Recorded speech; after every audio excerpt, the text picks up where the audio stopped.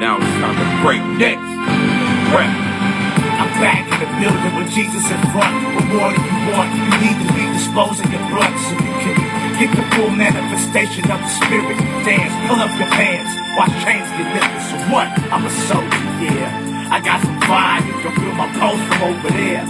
Right?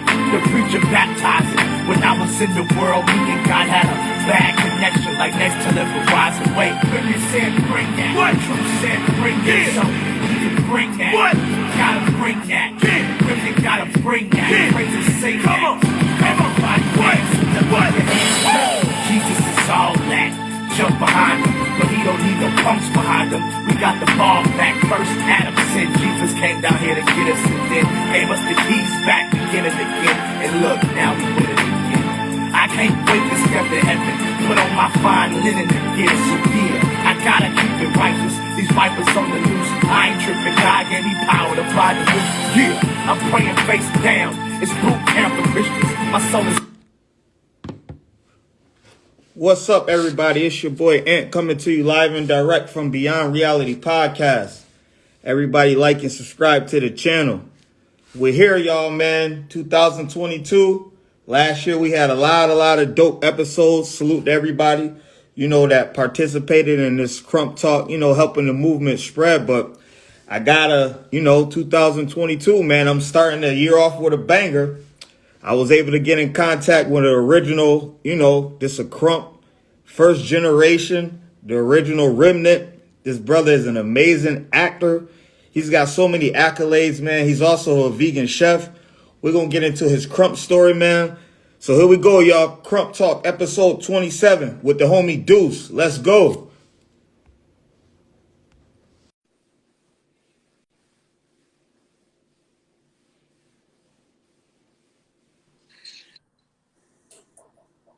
Yo, Salute, brother. salute, brother. How you doing, man?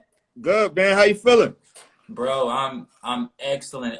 All is well, bro, man. Appreciate the connection, the love, just reaching out, brother. It's all good. I'm good. Yeah, man. Absolutely, bro. Man, this is like, bro, I know you're really not familiar with these Krump Talk episodes, but last year I was able to do 26, man, and I had like so many this dope dancers that's coming on, giving an inside and out of like their Krump experiences. And a lot of fans, they always request the dancers. So your name kept popping up. So I was like, yeah, I got in contact with you due to Adrian. Oh man, Yeah, Mickey. Yeah, Mickey gave me your info. He was like, yo, make sure you hit him up ASAP. We got to get him on the show. Like, he participated last year, man. It's been going good, man. Everyone tell me to keep it going. So, I'm glad that, you starting the year off with this is going to be a great one. bro, man. Yeah, Adrian is a legend. Like he is like, man. Just thinking about him right now, all that he has like put into the game, man. He's a legend. But yes, brother, you came to the right brother, man. On the history. Absolutely. On who's doing what happened to that. I've been there, man, since the beginning. I've spent a substantial amount of time with all of them, all of the forefather leaders. So yeah, man, it's been a amazing journey, you know what I'm saying? I think Krump is a lifestyle. So even if you're not really physically in the game, you're still really in the game because it's an energy, it's a vibration, it's a flow. So man, I'm just very thankful for people to just keep my name surfacing and feel like I'm, in a position to be able to give you some great info tonight. Yeah, absolutely. So, for those who don't know you, bro, introduce yourself. Peace, everyone. My name is Duece. Some people may know me as Rude Dude back in the day. But Duece is the one right in front of you. But I think it's all of me. You know what I mean? In order for me to become Duece, I had to become Rude Dude. So it's still a huge part of my journey. Man, where would you like me to start? Yeah, we can start by you weren't just like an amazing Krumper, man. I always say like people and men like yourself, like you guys had the total package of like being born as just like an amazing dancer, not just with Krump. So let everybody know kind of like how you got into the not just dance, but in Krump itself also. Man, well, like as a young kid, I was always into the arts. I was always into like performing arts and things like that, where I had the opportunity to learn dance and acting. Like I went to like conservatory schools when I was young. So what my mom would do is just put me into things over the weekend that kind of like allowed me to stay active, staying in the flow of things. So then I had a very, very good reference of dance. Crumping, I got into actually uh, at a session, man. I had went to a session. This is when I was spending a lot of time in the San Fernando Valley area. It was about 30 minutes to an hour outside of LA. So that's where a lot of the auditions were being held for dancers who wanted to become like choreographers. They wanted to like take their dance to the next level. And this was right around the time when Crumpin was hitting the brinks of rise, and it was kind of like getting this really huge notoriety. So I had went to a freestyle session actually in this dance studio that was holding auditions. At this time, this is like when Miss Prissy was coming through, Little C was coming through. This is when they were all coming from LA, starting to audition, trying to get their, space into the dance world. And I actually got in Crumpin through Miss Prissy. Miss Prissy actually took me to my first Crump session. Oh, It wow. wasn't through any of them, not Lil C yet, not Todd Eyes, any of them. It was actually Prissy. I built a good relationship with her, and she's the one that invited me to a real Crump session, actually at Todd Eyes' house. Yeah, and that's how I began to kind of develop, spend time with them, and kind of like know the whole history. So Right. man, yeah, she's the one that put me in the game. Right. Oh, salute to Miss Prissy, man. See, this is what's dope about these episodes, man. Everybody would have thought, even with me myself, I would have thought that, kind of like you got into the game far as with eyes. But I hear Prissy name come up in all these interviews, man. I got to get her on here as well. She's playing a lot of part in like putting like people into Crump, or with the acting and booking, just a whole lot of dope stuff, man. Salute to Prissy, man.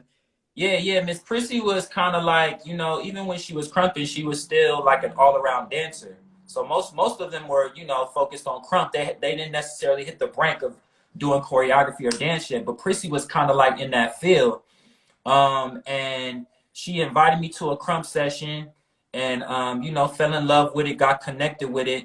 But I was actually at the time dancing for this crew called Dream Team. Mm-hmm. It was like me, Bad News, Kid Fresh. We had all like, formed this group like outside of LA, and we was just dancing, and we got like a really, really big, huge buzz. Through that time, that's how Miss Prissy got us to actually be a part of Rise at the LA Basin scene, where all the Crump dancers and the crews were there at the end. So that's how she invited that crew through me for us to spend time. Around that time, Tommy had his Tommy Battle Nights, and Prissy was like, "Yo, I think Dream Team should come through. I think it'll be cool if y'all just sign up and battle." By that time, they kind of knew who we were. And after that battle, that's when Todd Eyes came. And after that Crump session, we had went to his house where we had the after session. And that's how Right. we built a relationship with him. And yeah, man, I ended up like living with him for like almost like 3-4 years, right after that. Oh, wow. What was it like when you first walked into the legendary Mama Eyes' house? Yo, man, the energy was thick. It was live. It was energetic. It was nothing like you would be able to experience before. The talent was there. The music was loud. The buckness was live. And at that time, I was just witnessing it. So I really didn't know what was going on. I knew about it, but I really wasn't engaged in the movement. Actually, the first time I went to his house was when he was actually battling T-Fly. They were battling T-Fly in regards to trying to get him to a crew called Bad Boys at the time that was kind of like separated from the cartoons. They were starting to create their own type of group.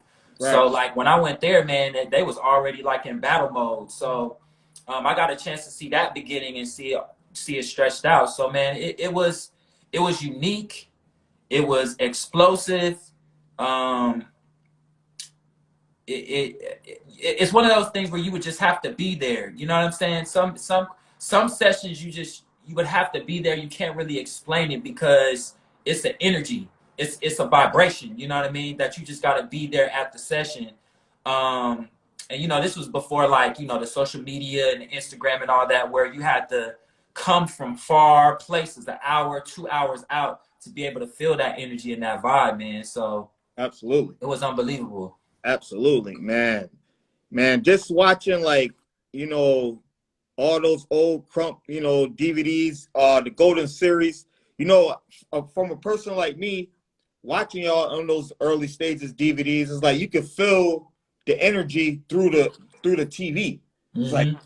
man, you seeing these brothers laying on the ground, sweating, just getting off, man. Like that was, to me, that was like the original true essence of Krump. I know Krump has changed, you know, from today's age, but for me, that's where people were more dancing like for struggle, through expression, you know, celebrations, et cetera, et cetera. So man, it's like, for you being a first ballot Hall of Famer, man, for you know, you sharing this story is just amazing, man. There's a lot of people that's going to enjoy this episode for sure. Yeah, absolutely. Yeah, that was a you know, it's different because, you know, that was a time where like spirituality has always been in Krump. You know what I Right, mean? But at that time it wasn't named anything. Like it wasn't like you know, Krump is for God, or you know, it wasn't that. We had already brung that to it. So that was the time where people were really starting to like develop who they were spiritually, instead of dance being something that was just used for, you know, a struggle per se. It was something that was used to channel, to release, to let go. You know what I mean? That's why you can see us on the floor letting go, being thankful and things like that.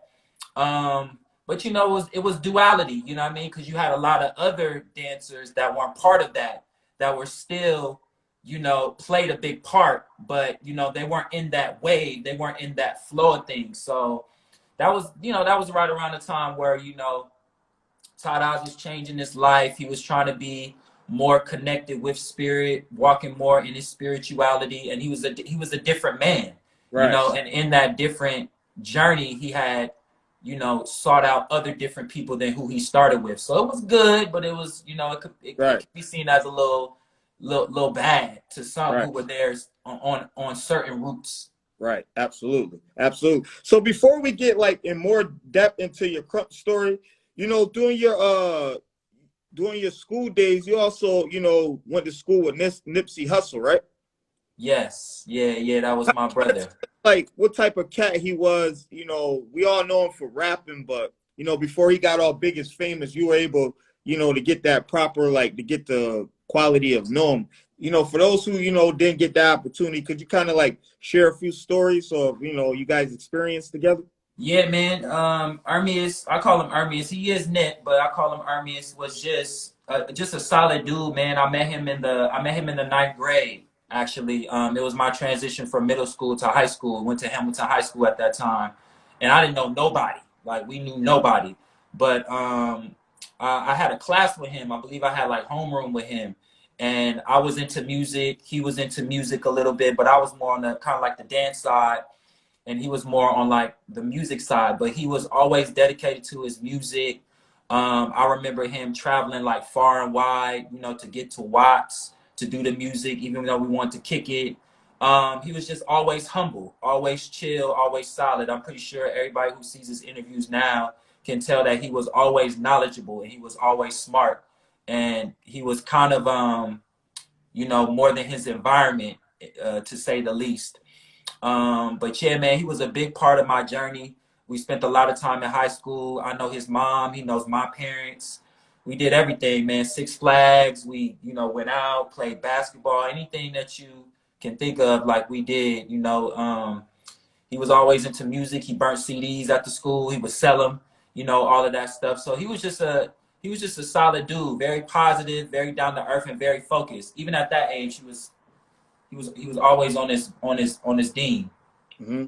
Yeah, I wanted to give you opportunity to share, some of your moments with him, because he's such a iconic legend, and it's just a tragedy that we Yeah. lost for a sense of loss. So R.I.P. to the homie, and he gonna live Yeah. definitely. Yeah. That was a interesting time, man. Because around when I went to Hamilton, there was a lot of people who we went to school with at that time. Like Armias was there. Omarion went to school. He was at Hamilton for a while. The rapper Houston at the time was there for a while. You had a lot of prominent artists and that went to that school, because Hamilton High School was a performing arts school. So Right. everybody there was into some sort of the art, some sort of it. So everybody from that school has now developed and have done like amazing and great things. But yeah, we all hung out. We all spent time. But at that time, you didn't know that you were gonna be who Right. you were at that time. So we all, Dude. spent a lot of time, man, in passing. hmm Wow, man, that's so dope, man, just to hear that. So let's go back to, we're going to dive back into the Krump aspect. I say that, you obviously you're the first generation, of Krump, you and a few others. Kind of tell everybody, like, you being an original member of the Remnant, let everybody know the original members, and also, like, how long did it take for you to get the name Rude Dude? Um, the Remnant, man. The Remnant was live. It was me. It was Mickey. It was Crush. It was my boy Zarius. Yeah, Rest in peace. RIP to Yes, R.I.P. to Zarius. He was a beast. Um, who else? It was a lot of people at the time. Simon. Um, Slayer at the time. Who else was it? It was a lot of different people who were part of the Remnant, because it expanded and grew. Ruckus was part of that vibe for a little bit, but the Remnant was a chosen few of people who really had the vision to try to kind of like want to do something different at that time. Um, but yeah, it was a special it was a special time. It was that golden age where it had expanded based off of something bigger than your environment. You know what I mean? right. Something bigger than that. Yeah. What hmm was the second question? I said, your name Rude Dude. How long did it take for you, living and training with Ches, for you to, for him to bless you with that name at the time? It took a minute, man. I would say at least like maybe like a couple years, because if you can see in the videos, I didn't dance like nobody else. Like my style was like completely different. I was built different. I ain't have no tricks. I ain't have a lot of combos, but I had like a lot of power, and I had imagination, and I had vision in my dance. So it took a while to see, because while I was with him at that particular time, he was getting little homies at that time, taking them under the wing. But it was like, okay, where do we place this brother? How is he gonna rock? So he had like a rude style that was like really really rugged, that was separate like from his performance style, which was tie-dye. So I just fit right then and there. You know what I'm saying? So when you think about like Crush and Zarius and me, like we represented like his rude style, that nasty, raw, disrespectful vibe, that we had. Right. But yeah, I would say it took about like 2 years, man. It took a while for that to kind of tap into. Now, when you originally met Ches, did you think that you would be spending time with him as long as you did, as far as like training and actually, staying at the, Mama Isaac's crib at the time? Say it again. I said, when you originally met Ches, did you think that you were going to be there as long as you did with the training and living at Mama I's house at the time? Nah, man, it kind of flowed. Like it was just divine timing. Like it wasn't something that was like a choice or dictated. Everybody that was there, we spent time there and weeks there, and then it just kind of grew. We just kind of lived there because it was something that was developing at the time.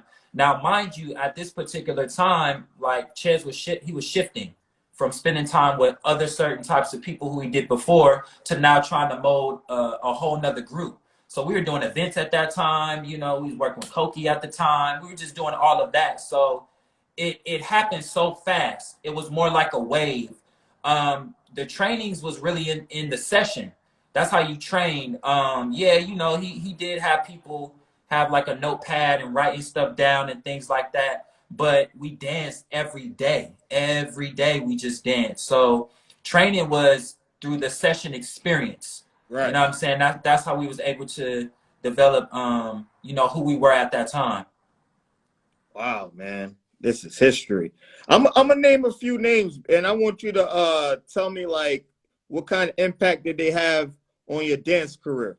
So Prissy was one of them. You know, let us know in the beginning about her. What about I'm gonna name this a few. Lil C. Oh, huge. Huge. He Lil C had a huge impact. He would come around the house, he would see me, we would vibe, little talks here and there. But once I had kind of like shifted, you know, kind of like let Krump, you know, do his thing for a little bit. I wouldn't say I quit, but I kind of took time, you know, because it was a time period where things wasn't really going great for everybody there. So everybody just did their thing. At that time, which is what's going on right now, at that time, I started dancing a little bit subtle. I wasn't dancing how everybody else was dancing in a specific type of speed.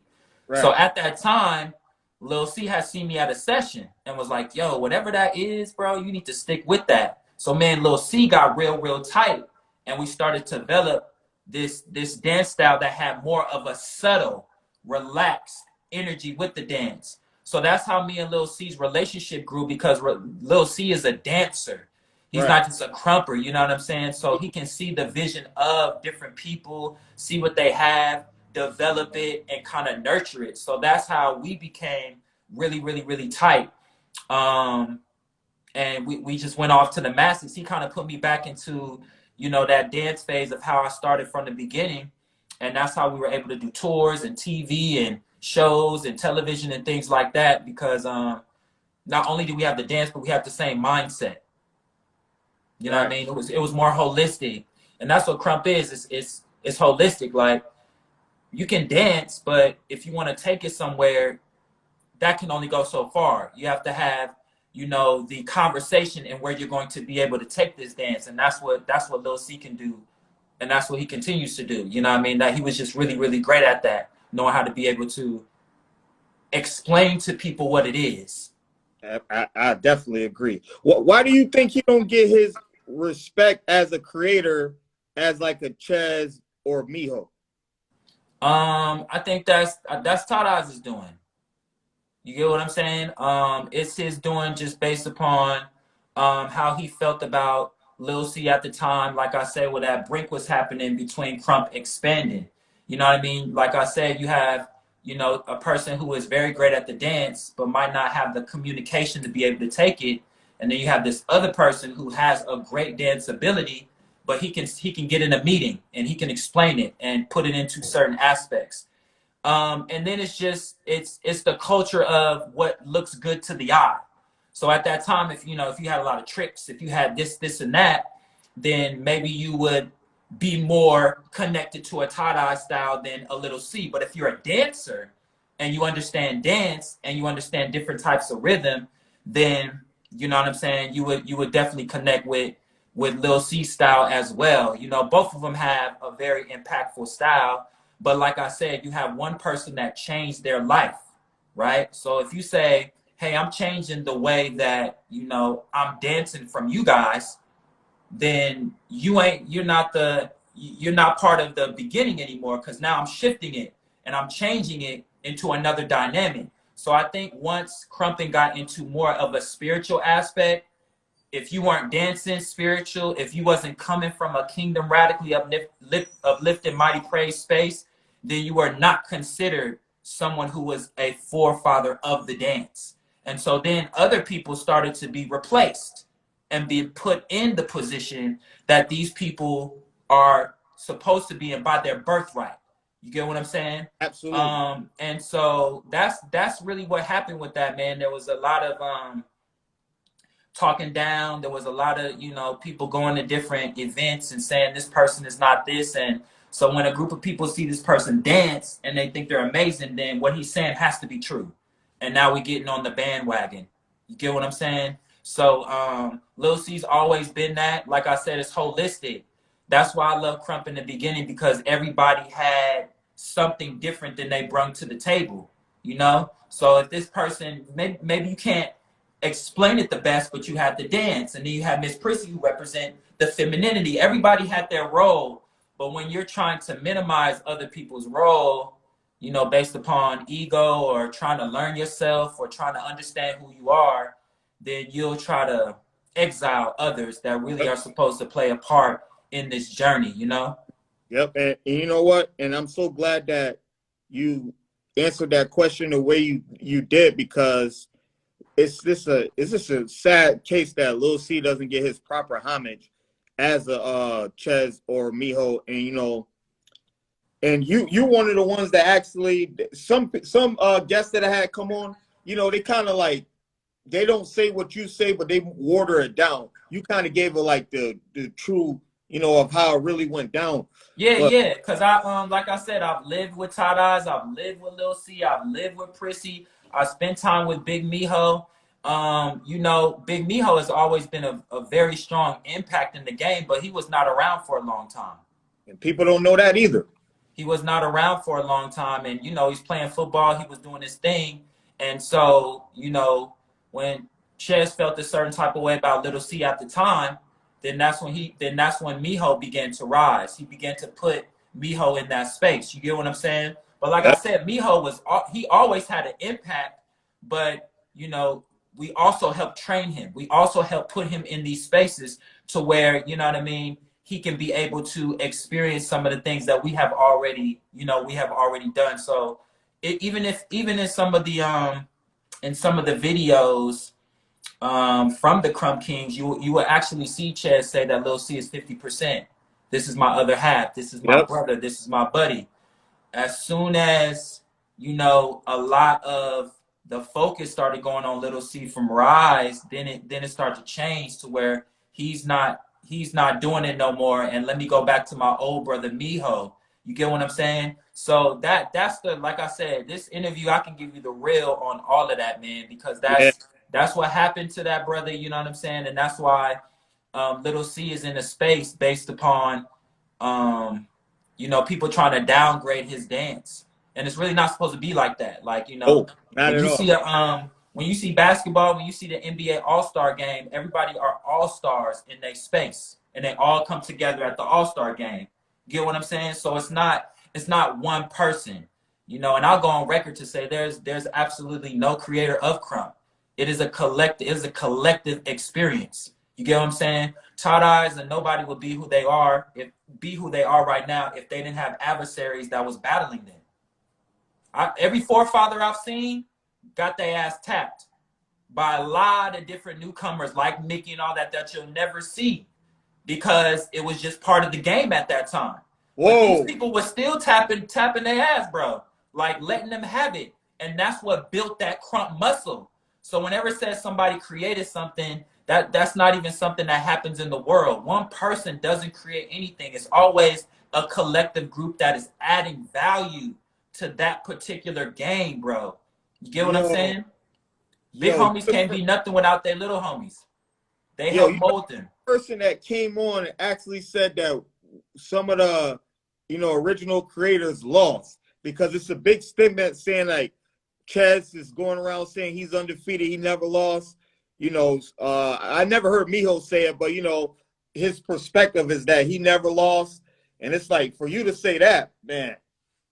Yeah, because we're not talking about like, you know, Todd Eyes in an arena where, you know, he may be going to a battle overseas or things like that and battling. No, you can see him do his thing. But I'm saying when we was at the house or we were just at little small sessions where he was getting some rounds, everybody was getting their rounds, it happened. You get what I'm saying? It wasn't something that was broadcasted now, but there's nobody in life that has a day that's always amazing in the dance. You're always going to have your days. You're always going to, you know, have something to where I could have did it better or I could have developed it. You get what I'm saying? Now, you do got forefathers that got a lot of material that they bring to the forefront, but let's look at style. Let's look at dance, right? A lot of the combos that you see is Mickey and Ruben. They were creating a lot of that. A lot of the subtle style that you see, that's me and Little C. When we were battling, wasn't nobody taking their time in the beginning. Everybody was dancing 100 miles an hour.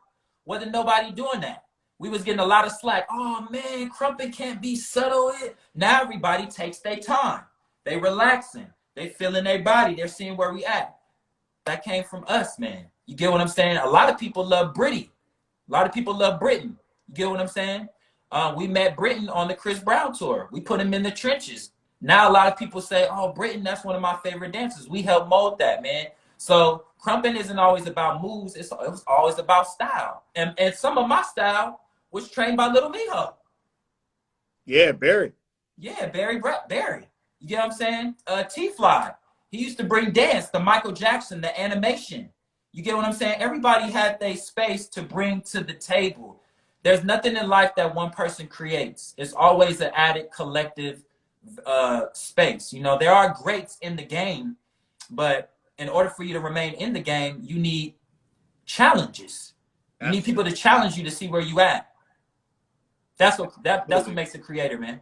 Absolutely. And you know what? Like over the last few episodes, you know, I've been kind of throwing this idea out to some of the dancers. I say, yo, man, everyone that's a part of the Krump movement in the community, it should be like everybody put their money together or whatever they can do, and it should be one big building in the Mecca, and it should be a Krump Hall of Fame where each person can have their accolades and get their proper homage, like in one section, like how, for example, like how a boxing Hall of Fame is, the NBA, you know, et cetera, et cetera. I think Krump needs a Hall of Fame, bro. Man, they just have to.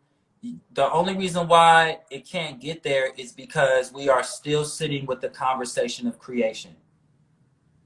We are still sitting with the conversation of who created what and all that. And that's why a lot of time has been passed by. And that's why you see a lot of other people from other countries develop these events.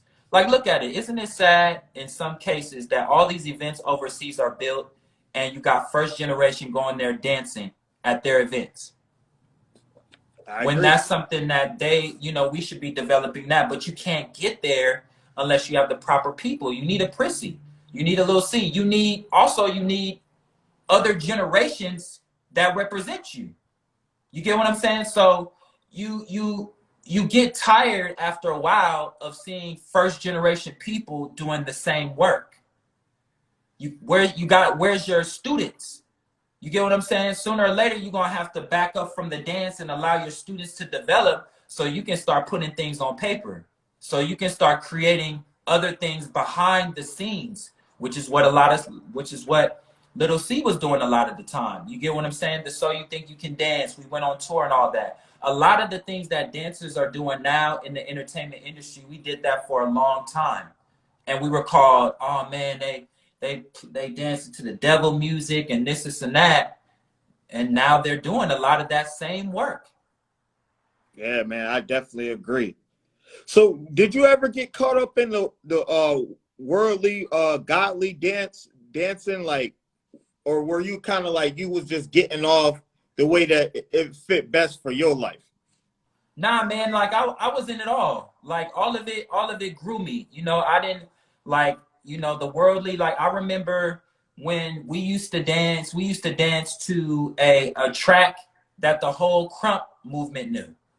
You get what I'm saying? Like if we danced to 50 Cent, everybody who was a Krumper was dancing to that music. So then when you got to a Krump session, you had the opportunity to see that other dancers were hitting different types of beats, hitting different types of tones. So I was in that way. Then I was in a way where it was a lot of, Krump, spiritual, like Christian music, things that Todd Eyes was creating for us to dance to. I was dancing to a lot of the J Squad when it was Krump music.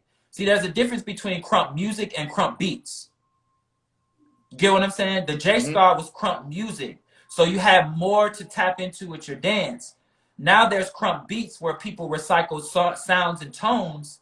And that's why, yes, you do see a lot of creative new people, but you also see a lot of recycled material because there's not enough influence. There's not enough vision, or there's not enough imagination in the dance because the tones of it, the sounds of it, you know what I mean? So I mean, I was thankful to be able to dance to all of it, to tap into it. My favorite music was Mickey when he was tapping into it, Traximus and all that. All that music helped develop it, because you can't, nothing can move without the music. So if Krump is stagnant, it's because the music is stagnant. I agree. You get what I'm saying? It's only Yeah. coming from one group of people out of a million, out of 1,000 amount of people. So when there was different types of music, you had J Squad, you had a little Tie Dyes, you had a little,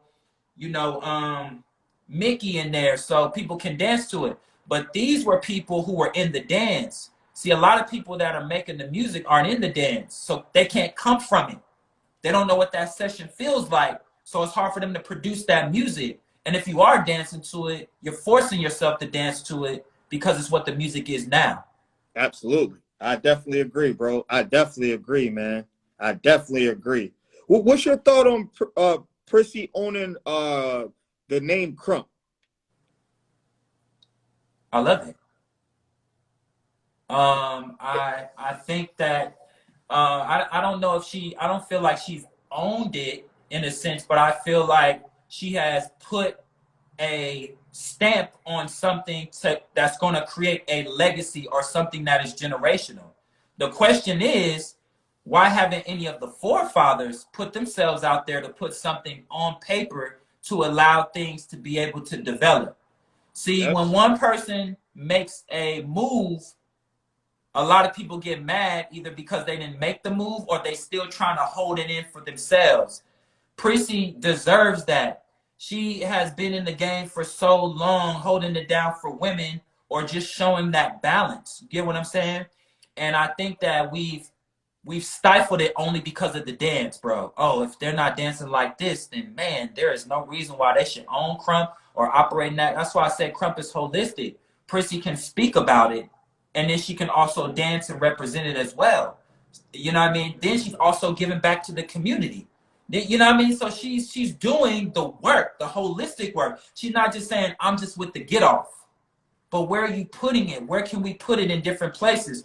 And that doesn't mean an artist or TV shows. Or like, that doesn't necessarily mean you're taking Krump to the next level, because I've done many movies and TVs, and a lot of the shows that book you, they don't even look at you as an entity in your dance, even if you are.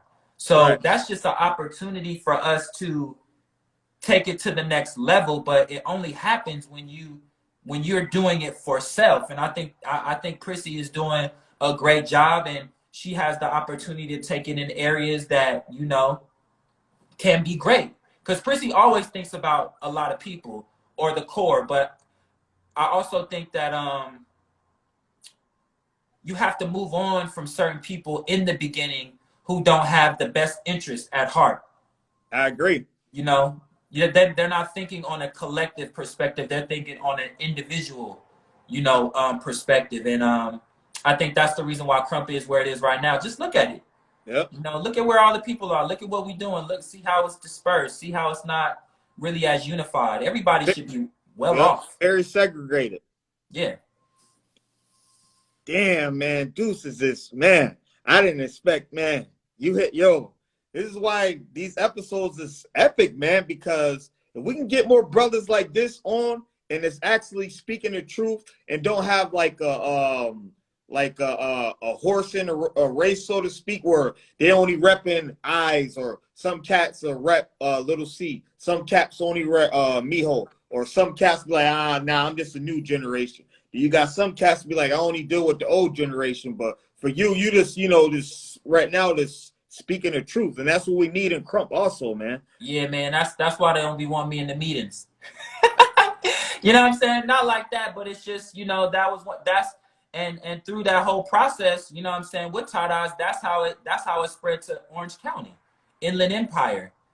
Because once that remnant happened, there was a lot of OGs that wasn't with all that. So he had to create and find new people that were going to be part of his vision. That's where Ruckus came in at. That's where Inland Empire, none of those people would be around unless that had happened, because he had to branch out to be able to tap into that. And that's Ruckus was very strong in the church. I think his father was a pastor at the time. So they fit that criteria. That's where the dunamis happened. All that stuff happened from that branch off of not wanting to deal with the inner city. You get the goofies, the foolish, the hypnosis. I dance with all them brothers. They're all a Hall of Fame. Yeah, salute the Hall of Fame. All of them. Salute to all them brothers. I'm getting everyone, like, you know, last year I didn't expect to get that many, but this year I'm really gonna get like the hardcore like OGs, man. And it's starting off with you, man, for sure. Yeah, man, definitely. Everybody is amazing in their vibe, man. It's just accepting, like, this is what you do, this is what I do. How can we work together and bring it together? But then I also want to implement too that everybody was so young. You get what I'm saying? Everybody was so young. Everybody was still trying to learn who they were. Remember when Rise and all that stuff happened, you know, you're dealing with a lot of young people that don't have a lot of elderly guidance.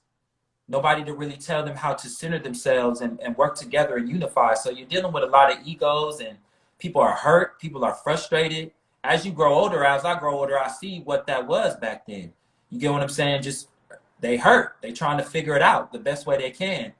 But in that, it has affected people's livelihood, you know, in their journey. Everybody should be paid right now, well off. You got a documentary, you get what I'm saying, that's all over the world. Absolutely. You know, Lionsgate put it out there. There should be nobody going through anything, but because of people speaking ill will toward people, it has now gotten a little bit to this point, and there's no truth, you know what I mean, really being told, because everybody wants to stick in their position of what it is or the money they can make by being in those positions. I agree. I definitely agree, brother. Definitely agree. Let us know about the transitioning from rude dude to the, you know, to who you are today as Duece. All right, so rude dude I had for a while. Loved it, you know what I'm saying, was vibing a little bit. But at that time, Remnant was kind of breaking up because it was a little situation with Koki and Todd Eyes, and it wasn't really meshing. The money wasn't right, and people was doing shows, and it wasn't meshing right. So like I said, I had chilled for a little bit, rocked with Lil C, and at that time, Lil C had T-Fly. T-Fly was rocking with him at that time, so he was like his Uno Bruno. You know, you named it like Uno, right? And so this is the time too where, you know, I got a chance to meet like Tone and Rich and all these choreographers, the ones that produce Rise. And then Lil C was like, yo, this is Duece, you know, Duece. So, you know, Duece kind of like stands for two, like my second nephew, like a Duece type of vibe. And so then Duece just kind of stuck. Choreographers was calling me Duece, and it just stuck with it. So Lil C, you know, Tone and Rich, a lot of people in the dance vibe and world were kind of just calling me that, and it just kind of stuck with me. Yeah, and I still have it to this day. You know what I'm saying? Yeah, so that was the transition. Once I had shifted and kind of spent time with myself, I remember I was crumping, we was freestyling at this session at the school. Lil C and another choreographer named Ed Moore was there. And yeah, that's when Subtle was birthed. Subtle was birthed. And actually when we birthed that, a lot of them were coming to come see what we was about. Right. Mickey, Todd Eyes, all of them was coming to where we were because they heard and seen that there was a new rhythm, because it needed to be something new. They just didn't know the Neff Squad was going to do it. And I'm so you took the words out of my mouth with Neff Squad, because people needs to know about what, you know, Lil C created. And it's a lot of people that saying that they weren't part of Neff Squad, and to me they really were. I ain't gonna name their names, you know what I'm saying? I'm pretty sure you know, but like, yo, what Lil C did for like himself and others, I feel like he put. I honestly, bro, besides Rise, I think Lil C was like a forefront of putting Krump like on the mainstream map as far as to the world. Like, okay, I'm presenting you as far as like, so you think you can dance, you know, stomp the yard, all kind of stuff, you know, with his accolades, man. Right. Yeah. He was the one, like I said, that took it to places, and why people can make money off of it right now to this day. You know what I mean? Or why people can create it as a living. And, you know, he had a group of individuals that were individuals. We're all different. Lil C's different from Duece. Duece different from Britty. Britty different from T-Fly. And we can all hold our own by ourselves in a session. You know what I mean? But we were visionaries. We were focused on style. We were just style. You know, we love this. We love the style. We love creating new styles. When we trained, we didn't dance to Krump music. I ain't gonna say we danced to because we was dancing to things that we were cooking up things, but we were dancing to certain things that other Krumpers wasn't dancing to at the time. So when we went to the session, we were completely on another rhythm because we were dancers, you know what I mean? So a lot of the forefathers and a lot of people you see today, we trained them. They'll never admit that, but we trained them. They came over, they seen the rhythm and the flow, and we helped them, we kind of like moisturize them a little bit, you know what I mean? And that's what Krump is about. It's not about saying like as you can see, we ain't out here talking about we taking credit and we the reason why 90% of the Krump movement is at this rhythm. Because if you go back, look at how the Next Squad was dancing and look how everybody else was dancing. Yep. But because we think of Krump as trying to build it, it's not about us projecting that in the community like it's us. We're doing that. That's not what we're about. We just develop it, and as a creator, you move on. Because see, real creators can create something, and if it's duplicated, they can create something else. They don't have to hold on to it and suffocate it and say, "This is mine. I got it." And you can't come up. This ain't about gatekeeping. This is about expanding it and seeing how we can create new things. And Krump is a young dance, so of course people are going to really be excited about things that are popping to the eye. You get what I'm saying? Any dancer like that, and that's tight. You know what I'm saying? A lot of the love, that some of them get is based upon Raj. Everybody remembers that scene with Tight Eyes at the end when he was getting off. You know what I mean? So the vibration of him is already high, so people are already expecting some great things to him, and he's a beast with that. You get what I'm saying? But there are other beasts. It's just like sports. You got beasts on different teams. There isn't just one beast. And because you got beasts on different teams, that's what makes the NBA. That's what makes the NFL. You know what I'm saying? And that's what made Krump dope. When I was in it, everybody danced different, man. And it was celebrated. It wasn't like, and that only happened, bro, just because of one brother decided to change his life. Yep. And then just speak on others and say, look, they not what it is because we doing this over here. That's how it happened, bro. That's exactly how it happened. And wow. That's not a bad thing. You want to change your life, but you just can't say that other people who put blood, sweat, and tears in it are not participating in it because you're deciding to walk a new journey. Exactly. Yep. Exactly. I definitely agree. So I'm not gonna say word because I'm pretty sure you're still an amazing actor, bro. At what age did you start getting into the acting? Man, very young, very young. Like I said, my mom put me and my sister in conservatories at a young age where we learned a lot of different things in the arts. I had an agent. That's why a lot of people, they were like, man, you got into Krump and you was doing this, but it's all a part of the journey, So I got into acting and did films and shows and movies like Get Shorty, and I just did a whole bunch of things like that. And but I didn't stay limited to just acting. That's why I love dancing too. So I was doing acting at least from like 9 to 13, 9 to 14. So at a very, very young age. And then, you get older, you try to see what else you can get into. Love dance, was auditioning in dance, and then boom, that's when Krump came about at Debbie Reynolds Dance Studio. Miss Prissy, Tight Eyes, and them came in for an audition. We seen them freestyle. We like, yo, what is that? Miss Prissy invited me. We started getting close, and then that's how it developed, man. And then, like I said, the Tommy event turned into an after session with Tight Eyes. Got connected with Tight Eyes, ended up staying with him. Shifted, it was all divine order. Spent a lot of time with Big Mijo too. You know what I mean? I was just always there. A lot of people couldn't understand that. But when things are divine for you to learn, you'll be in places where people don't even expect you to be at. Because a lot of people just could not understand the relationship I had with Prissy, the relationship I had with Lil C, and even living with Todd Eyes, let alone having a name for him at a particular time. So I've had some blessings in this game to be able to speak it thoroughly. Right. Thoroughly. Right. And I definitely agree, brother. Hall of Famer, man. First ballot Hall of Famer. Can you run down a few movies or or TV shows or whatever you did so people can know what you Yeah, man, on what the you dance did? tip, of course, my first biggest thing that I ever did was, of course, the Up and Close and Personal tour with Chris Brown.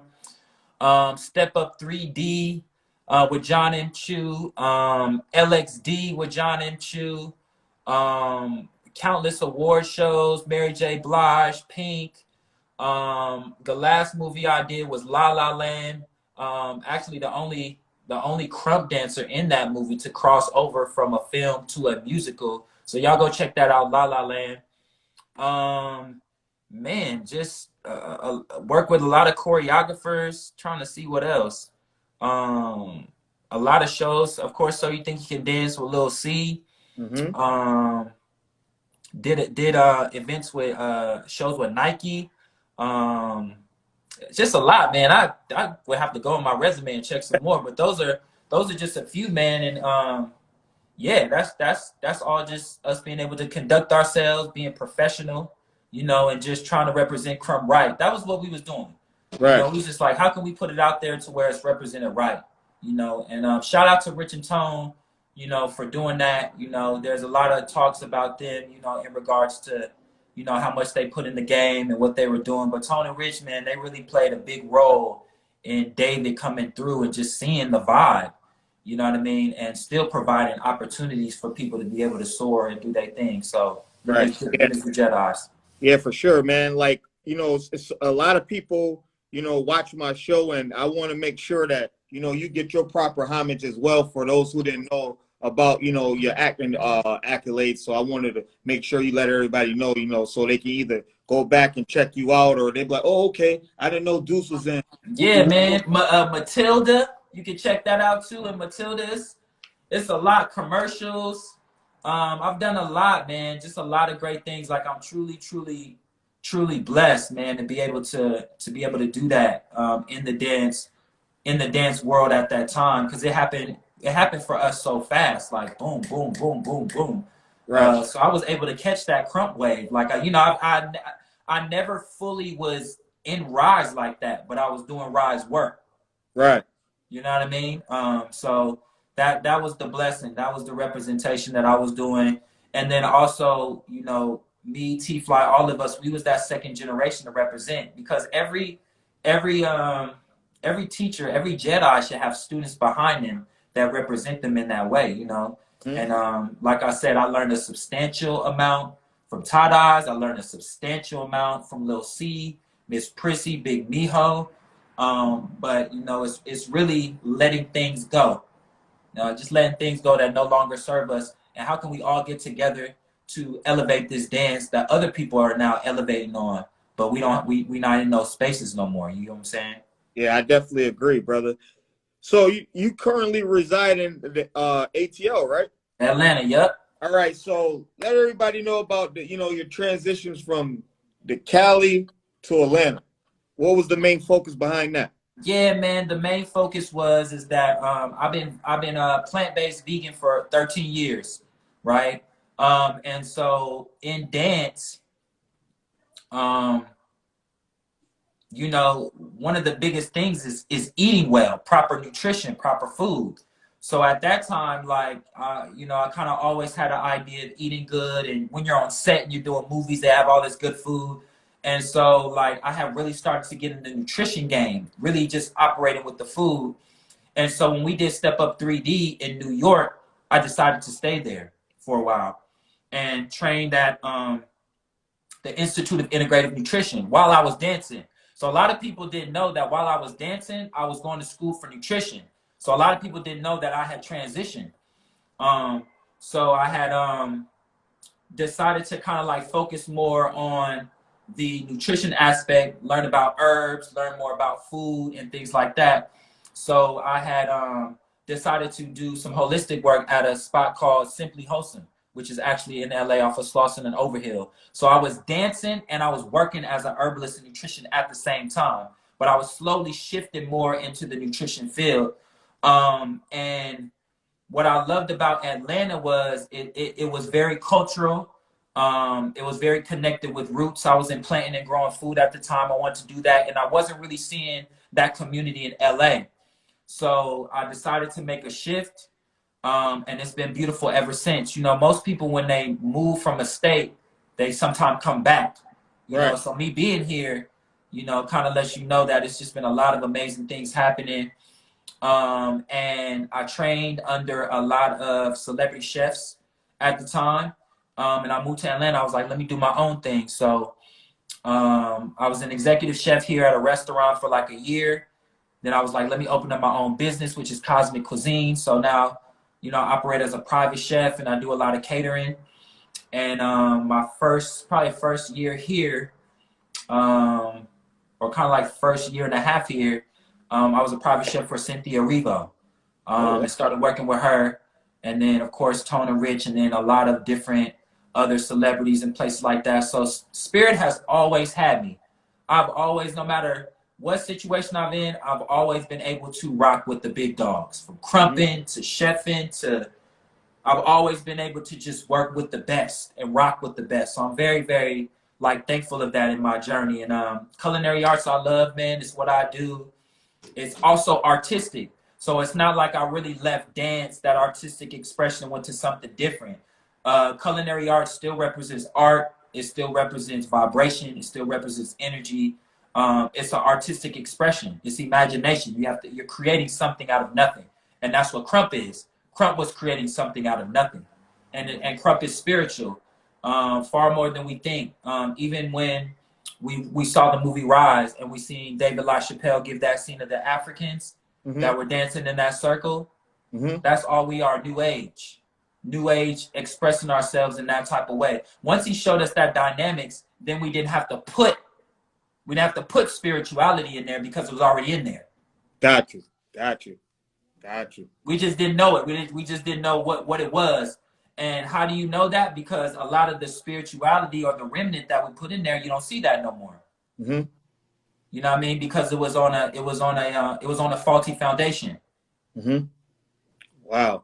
Could you for those who not familiar with like the being a vegan, or you know, with the food as itself, you know, I'm not familiar with it. Also, you know, I'm real close with Adrian. You know, he's a vegan and he always, you know, gives me, you know, little insights and stuff.